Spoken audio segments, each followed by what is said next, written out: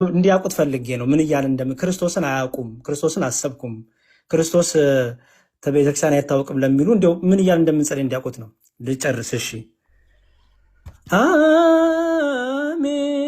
አሜን። እግዚኦ መሐረነ እግዚኦ ማህከነ እግዚኦ ተሳሃለነ። አቤቱ ማረን፣ አቤቱ ራራልን፣ አቤቱ ይቅር በለን። ከዛ ዲያቆኑም ይላል በኩሉ ልብ ናስተበቁኦ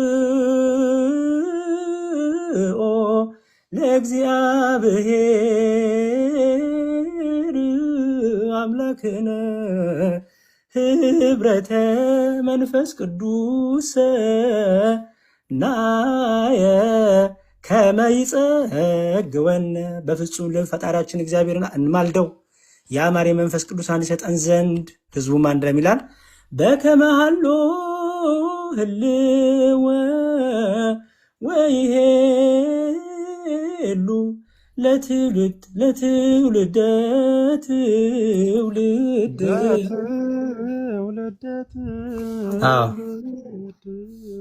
ለዓለም ዓለም በፊት እንደነበረ ለዘላለም ልጁ ይኖራል ይልና ከዛ ካህኑም ይላል ከእርሱ ለሚቀበሉ ሁሉ አንድ አድርገ ለንጽህና መንፈስ ቅዱስንም ለመምላት እውነተኛውንም ሃይማኖት ለማጽናት ሰጣቸው። አንተን ይቀድሱና ያመሰግኑ ዘንድ ልጅህን ወዳጅህን ኢየሱስ ክርስቶስንም ከመንፈስ ቅዱስ ጋር የአንተ በሚሆን በመንፈስ ቅዱስ አንድ እንሆን ዘንድ በዚህም በስጋው በደሙ አድነን ለዓለም ሁሉ በምትሆን በአንተ ለዘላለም ሕያው እንሆን ዘንድ።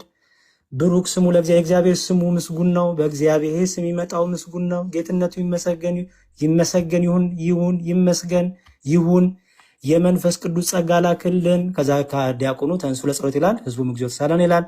ካህኑ ሰላም ለኩልኩም ይላል። ህዝቡ ስለ መንፈስክ ይላል።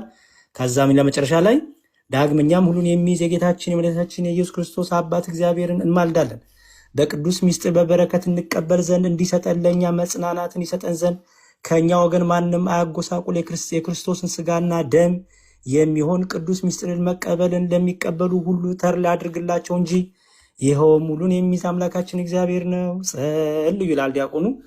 በዚህ መልኩ ቅዳሴያችን ላይ እንግዲህ ስጋው ደሙ እየተፈተተ ሀበነ እየተባለ ያው አሁን ሰዓቱ እንዳልወስደው እንጂ ይሄ ሁሉ እየተዘመም የሚባለው ህዝቡ የተቀበለው ሀበነ ንበር እየተባለ ካህኑ እየፈተተ ስጋው ደሙን የመፈተት ጸሎት የቅዱስ ቁርባን ጸሎታችን ይሄን ደግሞ